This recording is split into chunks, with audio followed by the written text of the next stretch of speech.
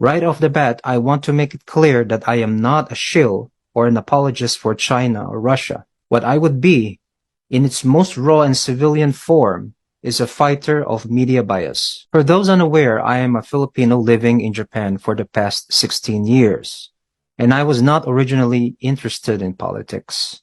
During my childhood in the 80s and 90s, I grew up exposed to American pop culture. Part of that exposure was to be indifferent towards the Russians and the Chinese due to the massive influence of Western media and Hollywood movies. It is at this point that America, to me then, was the ultimate badass defenders of freedom and democracy, which I feel a lot of people back then would also agree with. Hollywood's reach to the far ends of the globe is truly quite astounding and probably the most effective capitalist move any country can ever achieve. Fast forward to 2020, the year the COVID pandemic has disrupted the world, and not soon after, news broke out in 2022 on Russia's invasion over Ukraine. It was this time that I started noticing all kinds of different and misaligned information and narrative in the world news, especially touching on US-Russian topics. Everything seemed one-sided. Instead of taking in what the media was shoving down everyone's throats, I started digging deep. So allow me to summarize these findings.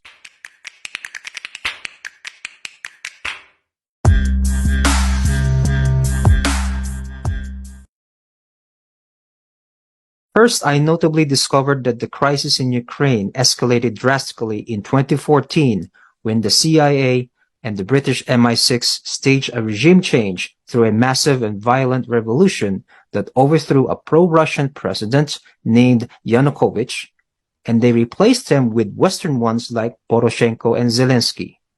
This caused a war with the separatists in Donbass for 8 years that claimed roughly 14,000 lives prior to Russia's special military operation in 2022. So no, the war in Ukraine did not start in February this year as we have been told to believe, and that's why the world is where it is today.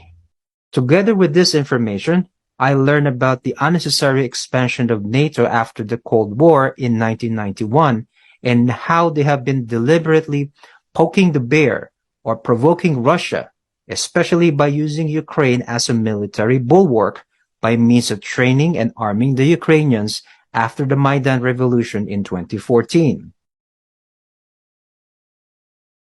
From that, I finally learned the truth about the U.S. atrocities through the so-called interventions in Iraq, Libya, and several parts of the Middle East, which killed millions, leaving those countries in shambles and in chaos under false claims and in the name of the West version of democracy.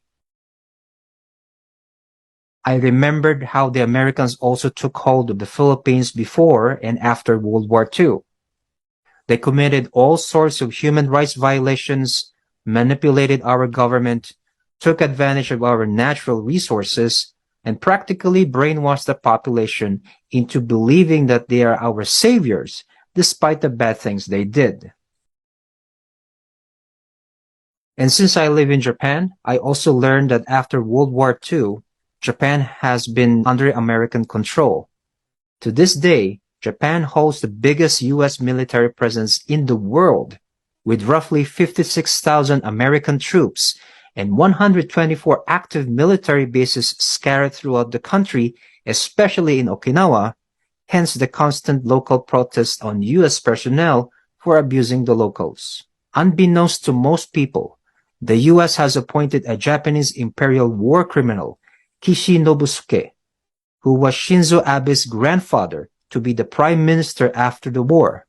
Nobusuke co-founded a pro-American political party called the Liberal Democratic Party, or LDP, which has been in constant power for decades. Prior to Abe's assassination, he and his group have been whitewashing Japan's dark past, like using comfort women, the Nanjing Massacre, Unit 731, and others by revising history.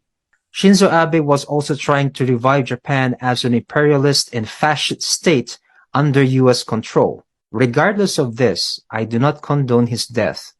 But I do not also blame the Chinese and those people who hated him for the reasons I've just mentioned. And now, because of the tension between China and Taiwan, the US again is poking its nose where it doesn't belong and provoking another proxy war, this time with China. And for your information, regardless of what others say, the fact is Taiwan is still and has always been officially part of China. Under the UN Treaty, America co-signed the One China policy in 1972, stating that the United States acknowledges that all Chinese on either side of the Taiwan Strait maintain there is but one China, and that Taiwan is part of China, and the US does not challenge that position. However, the US never kept its word by creating all sorts of trouble like the Nancy Pelosi visit to Taiwan and other things they can think of. And with the vast US military presence in Japan, and with the possibility of China making a move in retaliation, that's another Ukraine waiting to happen. With Taiwan in the center, using Japan as a defense, and possibly involving the rest of the Southeast Asian countries in a bloody conflict, while America makes tons of profit through selling weapons and taking over the shipping trade in the Pacific. What is the motive behind all this? It's all about economic hegemony.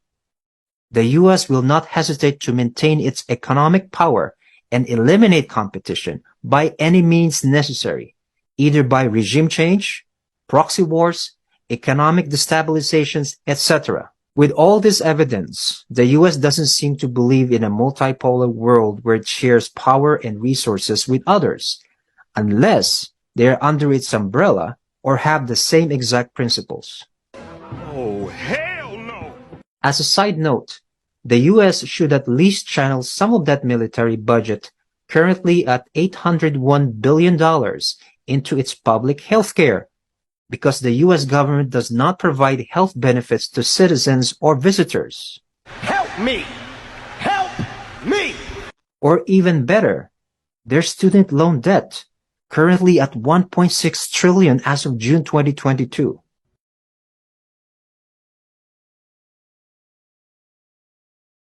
I am not a journalist nor a geopolitical expert.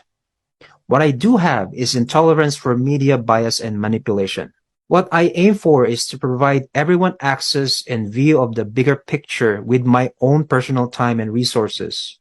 I am not benefiting from all of this.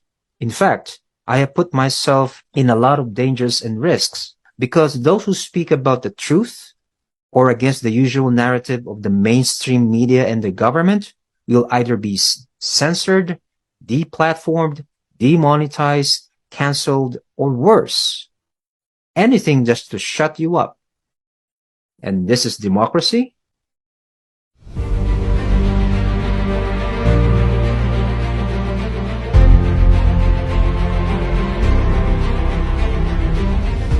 I simply present all angles on the usual narrative by the biased media so people can make informed decisions. People deserve to know what's truly happening around them. Every citizen has the right to think about what's good for his country, for his community, and for himself in that order.